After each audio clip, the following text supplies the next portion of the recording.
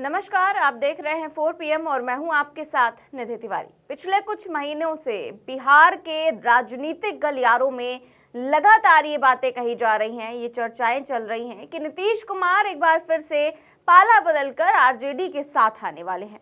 लेकिन नीतीश बाबू शायद पीएम मोदी के आने का इंतजार कर रहे थे। नीतीश कुमार लंबे वक्त से ये इंतजार कर रहे थे कि मोदी जी आएंगे और उनके नाम का ऐलान करेंगे। मतलब साल के अंत में जो चुनाव होने हैं बिहार में, उस चुनाव के बाद मुख्यमंत्री कौन होगा, इस पर मोदी जी अपना फैसला सुना देंगे।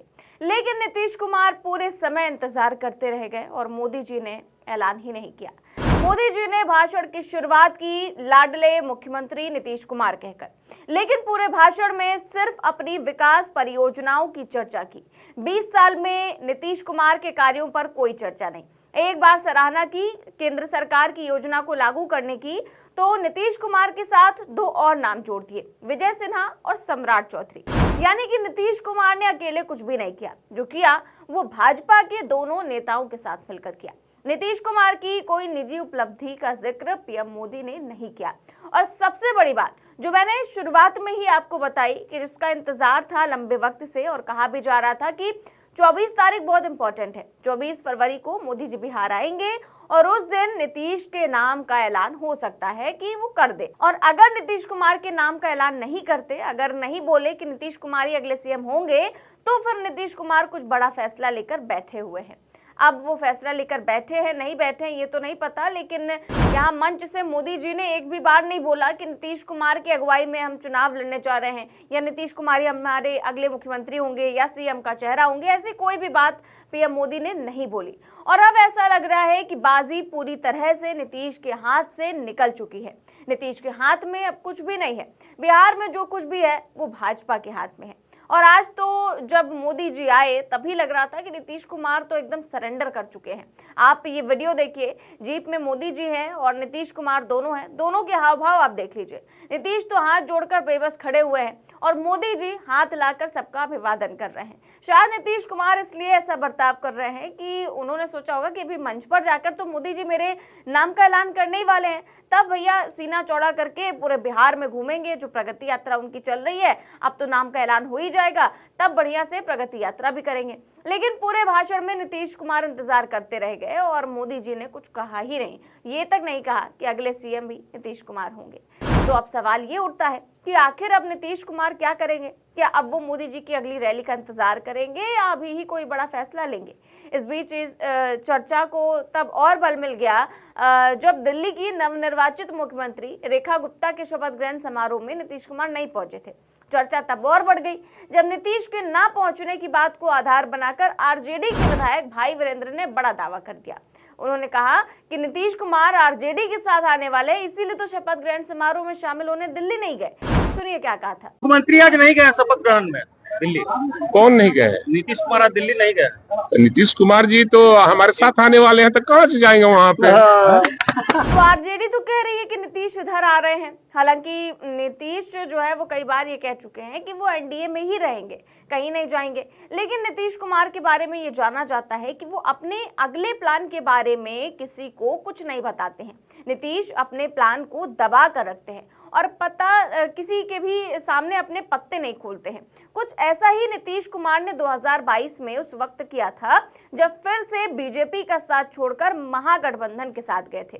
तब ऐसी खबरें आई थी कि नीतीश कुमार के पलटी मारने से कुछ घंटों पहले तक अमित शाह ने नीतीश कुमार को फोन किया था और उनसे पूछा भी था कि क्या ऐसा कुछ होने वाला है जो चर्चाएं चल रही हैं या कुछ खेला करने वाले हैं। लेकिन नीतीश कुमार ने उस वक्त भी इस बात से साफ इनकार कर दिया था और अमित शाह को यह आश्वासन दिलाया था कि वो कहीं नहीं जाने वाले हैं।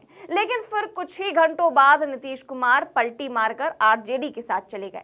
अब एक बार फिर नीतीश कुमार कुछ ऐसा ही करते दिख रहे हैं और उनका प्लान भी कुछ इसी तरह का लग रहा है। दरअसल नीतीश कुमार इतना ज्यादा सतर्क इसलिए भी नजर आ रहे हैं क्योंकि नीतीश कुमार की नाराजगी के बीच ही बिहार के सियासी गलियारों में ये खबरें भी गूंजने लगी थी कि बीजेपी जेडीयू में बड़ी टूट करने वाली है और नीतीश कुमार के सभी 12 सांसद बीजेपी के संपर्क में हैं। इन खबरों को बल तब और मिल गया जब जेडीयू कोटे के केंद्रीय मंत्री ललन सिंह और जेडीयू के कार्यकारी अध्यक्ष संजय झा को बीजेपी से उनकी नजदीकियां बढ़ती देखी गई। कहा तो यहां तक जाने लगा कि नीतीश कुमार की पार्टी के अंदर ही अब उन्हें धीरे धीरे साइडलाइन किया जा रहा है और इसके पीछे हवाला दिया जा रहा है कि नीतीश कुमार की उम्र हो गई है और जमीनी स्तर पर भी उनकी वो पकड़ नहीं रही, क्योंकि नीतीश कुमार के जो हालिया बयान हैं और महिलाओं को लेकर उनकी जिस तरह की टिप्पणियां हैं, उन्हें लेकर उनकी पार्टी में ही उनके खिलाफ दबे स्वर में आवाजें उठने लगी हैं।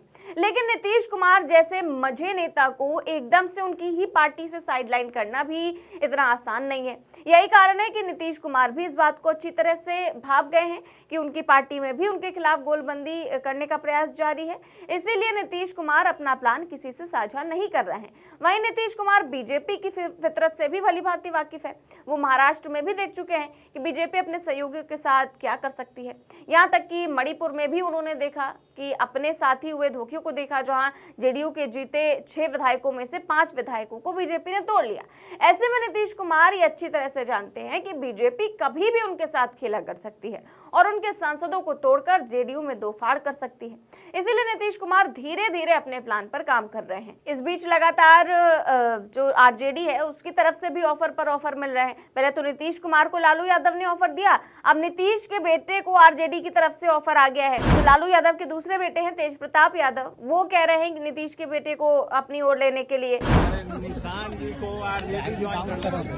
तो यहाँ पर तमाम तरह के ऑफर चल रहे हैं और लगातार बयानबाजियां हो रही हैं। पहले नीतीश कुमार को आरजेडी में आने की बात भाई वीरेंद्र ने कही, अब उनके बेटे के आने की बात जो है वो तेज प्रताप यादव कह रहे हैं। तो तमाम चीजें चल रही हैं और इस बीच जो नाम का ऐलान पीएम मोदी ने बिहार आकर भी नहीं किया, इसको लेकर के नीतीश कुमार जो हैं वो खासा नाराज अब नजर आ रहे हैं। उनकी नाराजगी किस ओर करवट लेती है, क्या उनकी नाराजगी का असर होता है, ये तो आने वाला वक्त ही बताएगा। फिलहाल इस खबर में बस इतना ही। देश और दुनिया की तमाम बड़ी खबरें जानने के लिए देखते रहिए 4PM न्यूज़ नेटवर्क। नमस्कार।